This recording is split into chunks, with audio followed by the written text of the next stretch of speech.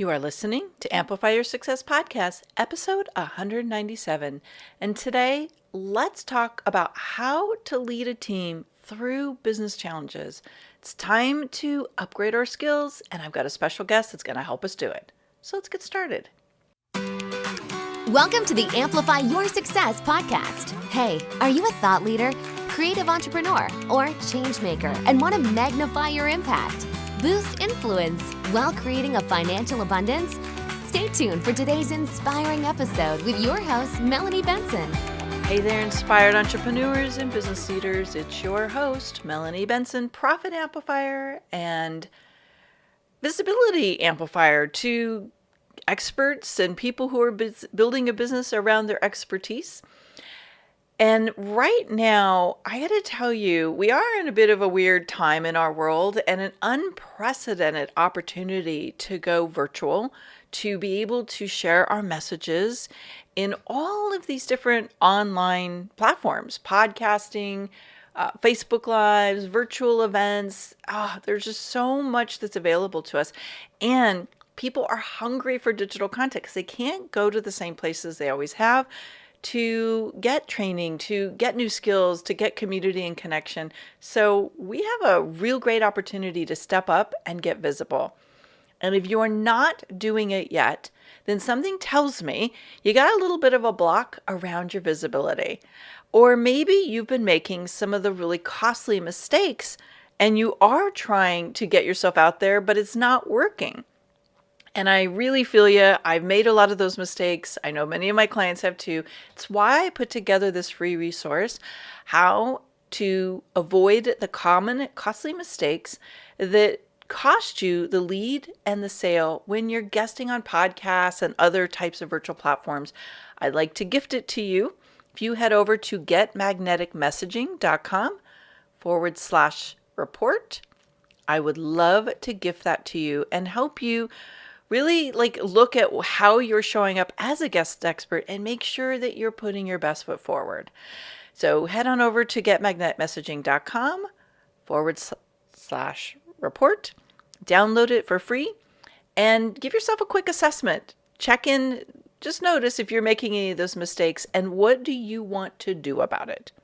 All right, let's get into today's episode. I'm excited to share my guest with you today. Welcome back, Amplifiers. I'm excited to introduce this guest today. We're talking about how to lead your team through a business challenge. Now, I have to say, I was very excited about this conversation because as we're recording this episode, we're in a very unique time in history where we have a lot of challenges of all different natures that businesses and people alike are having to navigate. So let me introduce you to my guest. His name is Tony Martignetti. He is a leadership coach, an entrepreneur, an idea generator, and a people connector. He brings together practical experience, formal training, and extreme curiosity to elevate leaders and equip them with the tools to navigate through change. He guides people to find clarity in their lives so they're energized, fully present, and unstoppable. And when leaders unlock their own potential and lead from a place of inspired purpose, they impact and inspire everyone around them. And Tony has dedicated himself to helping people live an inspired life. Well, you've touched my heart with that, Tony. So thanks for being here today. Thank you for having me. And I'm glad I could actually start on a good note. Yeah, let's just set the pace right. I mean, if you're going to have a business, it better be an inspired business that you're creating, right? Yes. So, I'm curious. We are starting this conversation in such a unique time in history. We are almost 6 months into a global pandemic. Woohoo! Who saw that coming in 2020, right? I know this would be one kind of challenge that might surface, but what are the kinds of challenges that you've seen surfacing for business owners and leaders right now that might require them to pivot quickly or have to shift gears? I know everybody's like, I'm over pivot, no more pivot language, but it's what's happening, right? Yeah. I mean, it's really true. There's so much pivoting, I guess, but it's really something you have to constantly be ready for, because whether it be this time now or anytime, you always have to be ready for that, to adapt and to be ready to embrace that next change that comes down the line. This one, COVID has been the great catalyst, the great revealer of many of the things that have been leading up to this point, where everything's showing up, all the emotions, all of the potential weaknesses that are in the system.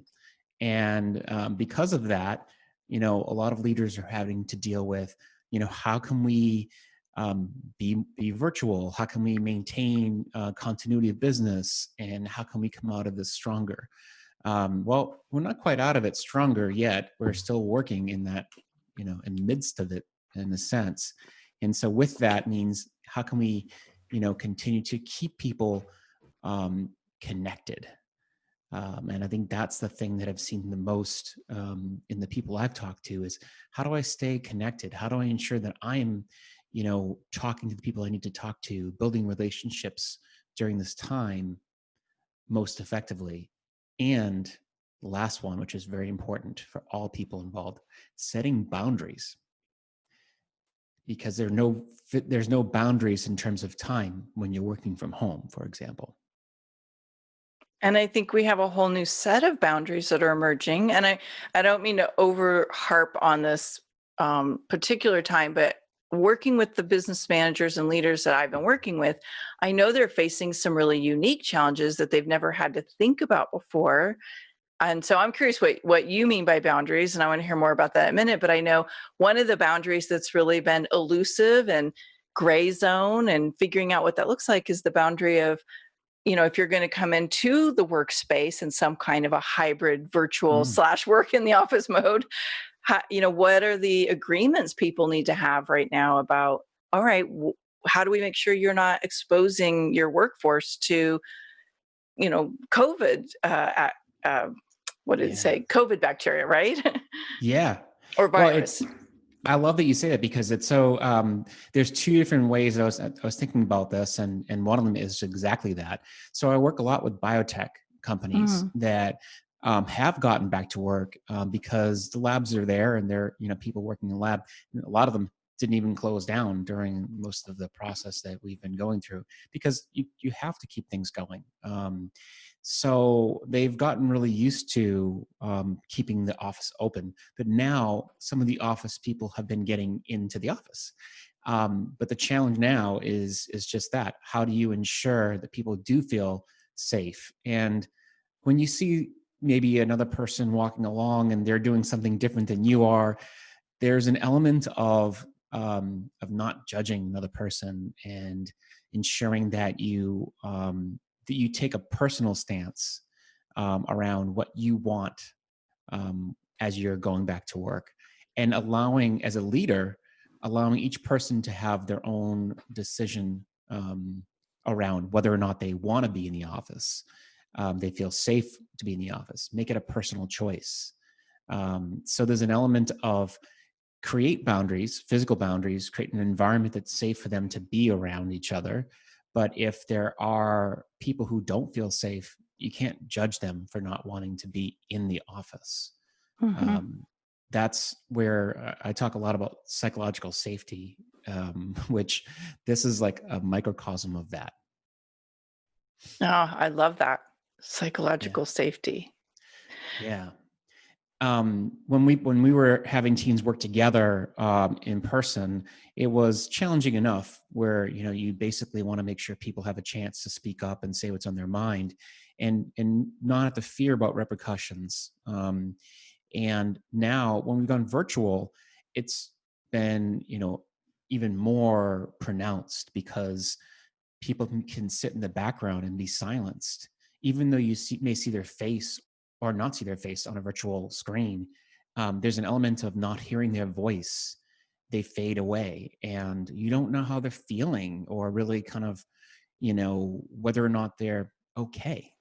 So it makes it even more important for you to reach out and understand, how are people really feeling? And it's not about necessarily spending all that time in each person one-on-one, but making sure that they feel safe to speak up and that they feel like they can bring themselves to the room, and creating environments where they are connecting with others and they don't feel alone. I love that this is coming up, Tony, because I think, I do a lot with entrepreneurs and entrepreneurs who are emerging as business leaders as they are growing and scaling their business, and they're learning an entirely new skill set. And I remember from my more corporate days that a lot of times people became leaders because they didn't, they got really good at something, but they wanted a career path, and they weren't necessarily trained as leaders. They had to follow a career path, and that was the next career path. And so people aren't necessarily trained in how to be good leaders. And you're bringing up this idea of safety. How do you recognize the signs of an employee or a team member? And, many of us are dealing with virtual contractors who are part of a team. How do you recognize they're not feeling safe or seen before it becomes a problem? Yeah. There's one of the most important things you can do is start with trust. You really want to make sure that when you're bringing people onto a team, or you're bringing someone into an environment, organization, that you establish some amount of trust amongst the people who are there. And as you said, a leader, there's no guidebook to being a leader. There's many books about business, so don't get me wrong, but to actually become a leader, you have to learn along the way. You have to use some intuition. You got to use experience, and everyone has good intentions, or at least most people have great intentions. They want to be good leaders, but part of really creating the right environment is about checking in to make sure that the people around you know your intentions. They know that you have their back, and that you're checking in from time to time to see how they're doing, and not just how they're doing with their work, but how they're doing as a human being. And it's not okay with just a hi, how are yous. It's more than that. It's getting connected with them on a deeper level. Yeah. And I think it's easy when you've got someone who's maybe a little more introverted, or, they lead with different energies, and you've got a really fast paced, urgent driven leader there. I could see where those disconnects might occur. Not that I've ever been on either side of that equation, but what do you think teams need the most right now to be able to navigate through a business challenge? Yeah. To navigate through the business challenges right now, it's so important to see where we're headed, to have a clear vision of where the end goal looks like, but not get too tied to the way we get there. If there's no vision on the other side of this, then you get stuck in this mire of okay, well, let's put our heads down and just kind of focus on the next day, and the next day after that, and the next day after that. You need to be inspired. You need to be, driven towards something bigger than you. And with that keeps the engine rolling. But that there's still obstacles in the way. There's things that are going to be challenging, and there's things that you need to be able to adapt and shift to. So that's where we come to this concept of, to not be attached to the outcome, but to have a broader vision to what's down the road. So you're able to shift and adapt to how you get there. That's the problem solving mindset. And it actually links really well with what you hear a lot, is this learning mindset, that no matter what happens, we may fail, we may break some things along the way, but we're going to learn something, and it's still going to be in service of what we envision for the future. And why do you think that's so valuable for the team itself? What's going to be different for them? Yeah. When you do things together like that, when you go through trials and tribulations, it's like going on a hero's journey together. And in that process, the team actually binds together. They create a unity because they've gone through some of the crucible moments together. So there's some power in that. I've seen it happen time and time again, where if you suffer together, you become like one in that challenge. And when you solve problems together, then you're faced with them, then what happens is you start to see that you're not just doing it alone, that you're part of something bigger than you. And when you overcome it, it's a victory you celebrate together. So there's a real power behind that. And when you fail together, there's also something about overcoming that and learning together. I see this a lot in the biotech space where, clinical trials fail all the time. And there's a lot of people riding on, the result of that trial. There's patients. There's families who, are being supported by all these employees.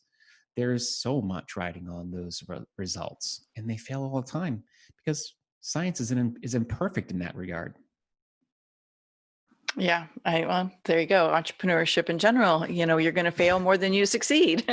Yeah. And I agree. Having been in business 20 years, I have, and I've always had virtual contractors as team members throughout my entrepreneurial journey. But what I know is that if you involve them in the problem solving, they're more invested in co-creating the solution. Yeah. And a lot of entrepreneurs get into this, I have to fix it myself mode. A lot of business owners they don't understand the power of their team when they engage them. And so I think this is really powerful what you're bringing up. Now, I also think it might be good to talk about what is the leader's role or the business owner's role in this process. Yeah. I was going to say to get out of the way, but true. I won't say that. It's not true because it's partially true. Partially. As the leader, I mean, you're creating the environment. You're creating the place where things get done. And you're also ensuring that any obstacles that come in the way, that you're creating a place that people can come to and say, hey, this is what's showing up. And, what are your thoughts on this? Not solving the problems, but telling them that you've got their back and that you're there to support them in whatever they want to do. But try to ask the questions that will get them to think in different ways. That's the key thing. I mean, I always say that leaders ask the better questions when people come to them, and that usually leads to the better insights from the team. If the leader's the one making all the answers come to life, then it becomes really not as powerful of a company. There's a powerful lesson I learned many years ago around horse leadership. Horses, the most powerful horses lead from the back. There's respect that they gain by letting their people see that they have them covered, but they don't want to be out in front. The horses that are out in front are the ones who are looking back and saying, is it safe for us to trust these people? And then they give the nod and then they just go forward. So lead from behind. Yeah, I think that's a big moment for a lot of people when they realize that they don't have to solve all the problems, but teach their team member how to think the way you would think. And that's true delegation. That's when you really get to let go. Yeah. I know a lot of people, when we set goals for their business and they don't go the way they'd hoped, the plan, just like 2020, went out the window. A lot of things they couldn't control. What happens at that moment in the way you teach how to lead teams? Yeah. So first, before they start throwing away things, what are we grateful for? What have we learned in this process? So the first thing, what are you grateful for in terms of what we did get to, what we did accomplish, even if it wasn't a complete goal? Are we grateful for the fact that we played in the first place? That we learned that there's certain processes that didn't work, and now we have an opportunity to stop that and restart in a different way. There's so many things that you can shift because things didn't work out the way that they were planned. Goals are interesting because they're great. I mean, I'm a big advocate for goals, but at the end of the day, they're not always meant to be met perfectly. They're guardrails. And in that regard, I think it's really more, the power is in setting them, not in meeting them. Okay, you have to say more about that. And I'm a huge fan of this, by the way, because on my side, setting really bold goals is as much as the power as you said, achieving them. But I want to hear from your point of view, why is that so important? Yeah, because there's a concept that I've learned from a powerful teacher of mine, that a goal is a place to come from and not a place to go to. And so when you set a goal, you can start to say, let's act as if that goal's already been achieved. Who are we when that goal's been achieved?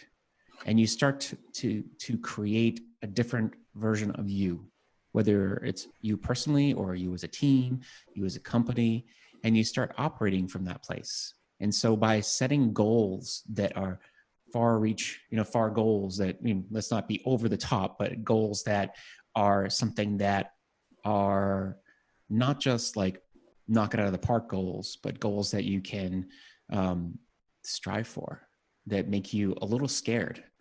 That's what you want, because it starts to put you at a new level. And whether or not you meet the goal, that's not the important thing. When you get to the end of the year and you look back and you say, oh my gosh, we've actually created something really powerful when we look back, because we were so much further along than we would have been because we've set this goal.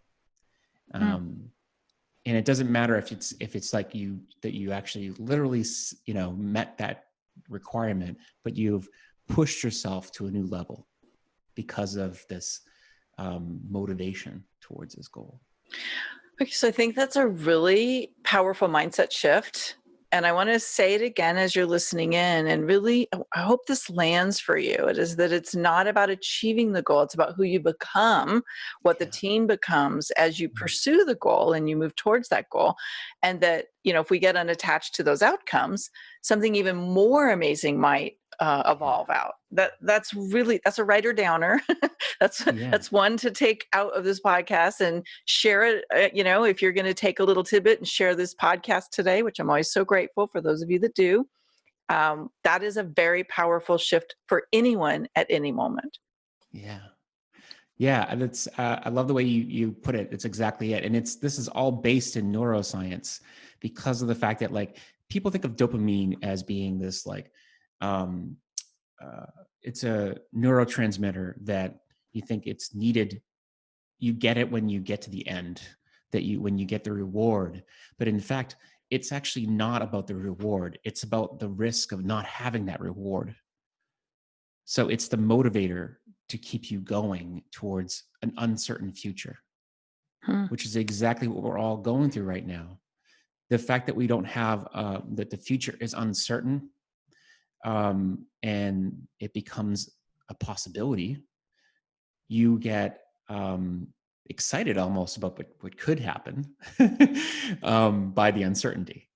Or paralyzed by it, which is happening to a lot of people, which is a different neurotransmitter, right? Yeah. But that's the interesting thing. If it becomes something that is achieved, once it's achieved, dopamine goes away.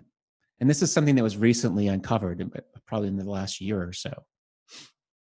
I'm fascinated by that. We could do a whole episode just on that, because the neurotransmitter and neuroscience and brain training, neuroplasticity, it is a very real and very powerful part of mindset. And that's a lot of what you're talking about here, is the mindset behind how we move through challenges. And as a leader, how can you guide your team to join you on that mindset journey? Because in my opinion, your team is either going to be part of the asset to rising to the challenge and navigating it, or they're going to be part of the destruction. And you get to lead that. So speaking of both of those sides of the equation, so I'm imagining when a team is going through some kind of a challenge, that there are a lot of changes that are going to be made by the leader, by the team. But a lot of times, and I know as I've coached business owners in the past, the fear is, what if I can't get my team to embrace and execute on these changes? Yeah, it's a good question, because it starts from the top. There's an element of you're setting this vision or you're setting some change in place, and you have to make sure people get enrolled in that vision. So if you're doing it solely on your own without any involvement, then maybe it's time to tell them a story around why it's important. Give them a reason to see it, that this is something important for not only the company and for, it's important for them, but also there's something bigger that they're striving for. So I would say if they're not enrolling, if they're not getting engaged, then you've got to tell them a better story. And that sounds as if I'm like, oh, you're making up a story. No, it's not making up a story. It's just that you have to enroll them better. Yeah. Okay, let's go just a little bit deeper with that, because I know there's also this idea of vulnerability and authenticity as a leader. Yeah. And when the leader's terrified, or has no idea what the story's supposed to be, how do you find the clarity or that part of you that will inspire the team, even when you're uncertain and maybe in a bit of fear? Yeah. Yeah. Oh, and I love that, because it's like, it all starts with you, the leader, I would say. And from that perspective, if you're not completely bought into what's happening, then it's hard for you to get other people to be on board. And it's not about leading forward with 100% certainty. You can still go forward and not have a clear idea about what you're going to do. It's just going forward with sharing what you don't know and being okay with that.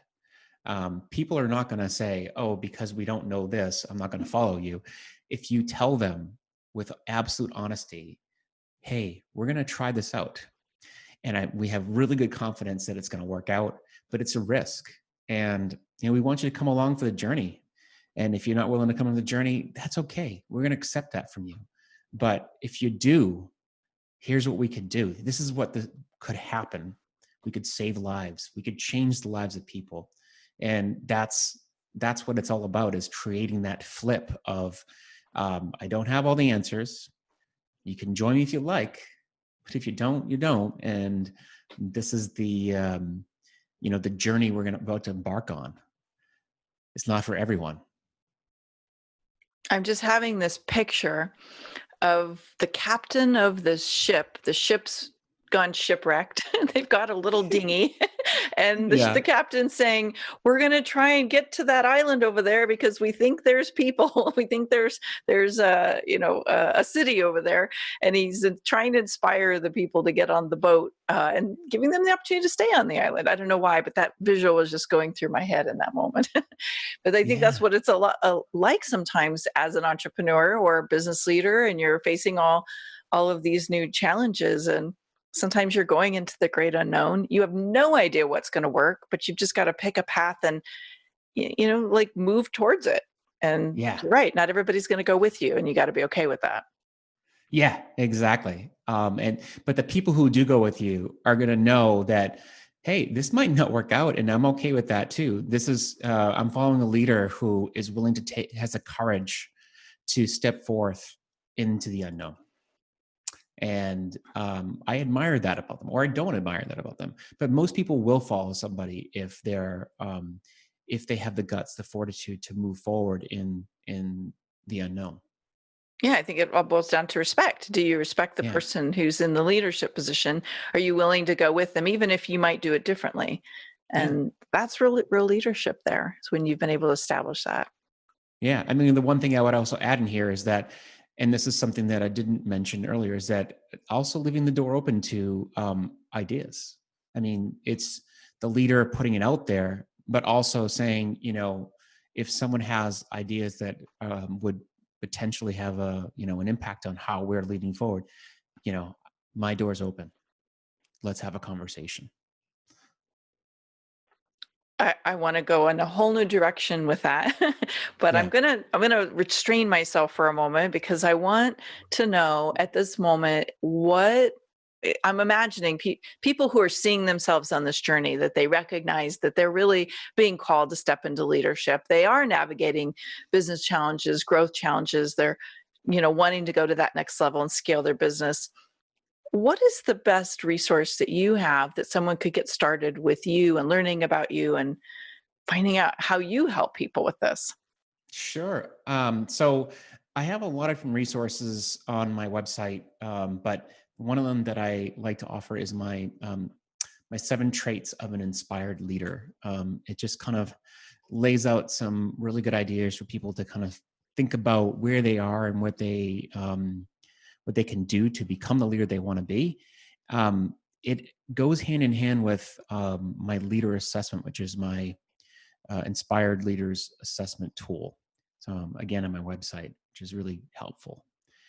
So Um, inspiredpurposcoach.com/7, the number 7 traits. yeah, I will link that up in the show notes because I know it's a mouthful and you may be scrambling to find a pen very quickly. yeah. So we will get you hooked up on the show notes. You can just pop over there. And, what would somebody learn as they go through these 7 traits? What are the things that they want to work on? There might be some skills that they're not bringing to their work right now, and to their leadership skills, and that they might want to build on. And that's something that they can do on their own or along with a guide, with a coach. It's just a teaser, if you will. It gets you on the journey, but it's just a starting point. Hmm. Yeah, it's a good starting point. And whether Mm, you are the leader of a small business that's just emerging or a multi-million-dollar business that's really growing quickly, really that masterful leadership, it is a skill that can make or break the success of your business. I think, I yeah. don't know if you've seen this, Tony, but I've seen people can get away with not being a good leader for a while, but Mm. eventually it catches up. And that is the moment it can actually implode your business growth, when your business is really growing quickly and you don't have those good leadership skills. Yeah. It goes both ways. When the business was growing quickly, or it's not growing quickly and things are starting to go really wrong, Mhm. and you need a strong leader to turn things around. I agree totally. Now, I will link up that on the show notes. And I Mhm. would recommend that as you're listening in, you think about like what's your place in your business, in your company, in your role as a leader, and is there some room to grow? I'd highly recommend you get Tony's resource and start there. Tony, this is the moment I always like to get to know my guests a little bit more on the personal side and find out like how you became who you are today. And we've got a couple extra minutes. What's your background and how did you get to being someone who's guiding leaderships and business owners to lead their teams more successfully? Yes, thank you for asking me. So I came to being a coach by way of about 25 years in the high tech and biotech field. I worked as a finance and strategy professional in that space, working with a lot of leading biotech companies in the Boston and Cambridge area. And eventually, I started my own business, helping companies to raise money and to get started in their path to becoming a more full-fledged biotech company. And I really enjoyed what I was doing, but there was something missing in who I was in the role I was taking. So along the journey, I had a moment where I said, I need to be following who I truly am. And I wanted to do something about how leadership was being done in the world. And so I decided to change course. I had experienced coaching along the way, and I realized there was something about it that kept coming back into my head, that this is something that I was meant to do. So I decided to become a leadership coach, focused on really helping to turn the way we do leadership into a more inspired way. Hmm. Very needed in this world right now. Mm, So thank you for taking that on. thank you. And I know if you started in more of a corporate or high tech business environment like I did, and you transitioned to being a coach in your own business, you probably had a moment where you had to make a bold leap or Yeah. do something really bold to be able to succeed. What do you think is the boldest thing you had to do to get where you are today in your work? Yeah. Well, the boldest moment was the moment that I decided to become a coach was I was sitting in a boardroom in a biotech company with 40 other people. And I had this moment. I said, I'm looking around and seeing everyone who's looking at their cell phones, looking down, checked out. And I hear the CEO and the chief medical officer arguing about something really meaningless. And I decided at that point that I think I'm done. I'm not going to collect a big paycheck for, doing nothing. I mean, nothing meaningful to me. And so I decided at that moment that I'm going to walk out of this room so that I can change the room without a plan. So I did. I walked out, and that was the start of my journey into coaching, which I felt was the boldest move I could have made. I did come back just to kind of do the 2 weeks notice thing, but the moment I left that room, I knew that something was going to be different in me. So bold and responsible at the same time can coexist. Yes. Which in some people's minds, they don't. So Yeah. I love that example. And I think it's just a bold move when you decide to leave behind the security of someone else giving you a paycheck, and you can't do that anymore. That's very similar to my own journey. And it is a bold moment to say no to the security and say yes to the unknown, and go there anyway, and really follow through on the dream.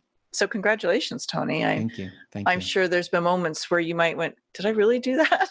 Oh, yes, I did. I'm still here. Okay, I'm going to do this. But we Probably do need once a you. week. No, I'm kidding. Yes. 20 years in now, I still once in a while go, what did I do? But I would never change it for the world. So thank you so much for joining us today. And, as you're listening in, I want to continue this conversation in the Amplify Your Success community. And Tony, if you're not there with us, you're welcome to join us and start that conversation about what's one way we can lead our team, our community, the people who look up to us through challenge right now. How can we be that stronger, more confident leader? Even if we don't know all the answers, there are people who are looking up to us, and you can say, yes, you can activate that inside of you. And Tony's a great guide for that. And I think anyone you can learn from to help you with that, make sure you go get his resource, inspiredpurposecoach.com/7 traits. So Tony, any last words as we wrap up? I'll just say thank you so much for having me on. It's been a real pleasure. And I'm looking forward to keeping the conversation going on the forum. So I'm looking forward to that. All right. We'll see you all over there. And thank you so much for tuning in.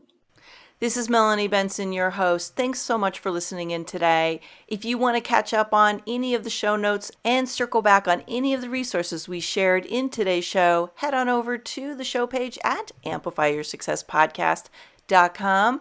And remember, you amplify your results faster when you're in a community of other people who are moving and shaking. Join us at amplifyyoursuccesscommunity.com. One last thing. When you've gained insight from today's episode, help us share that and inspire other people by heading over to iTunes, subscribing, and give it a review.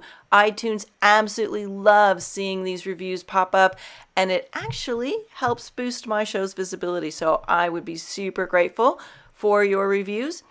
And as always, I love seeing your shares of these episodes on Twitter, Facebook, and Instagram. Come find me over there. Tag me in your shares. I'll give you some social media love right back. So see you next week for another inspiring episode of Amplify Your Success Podcast.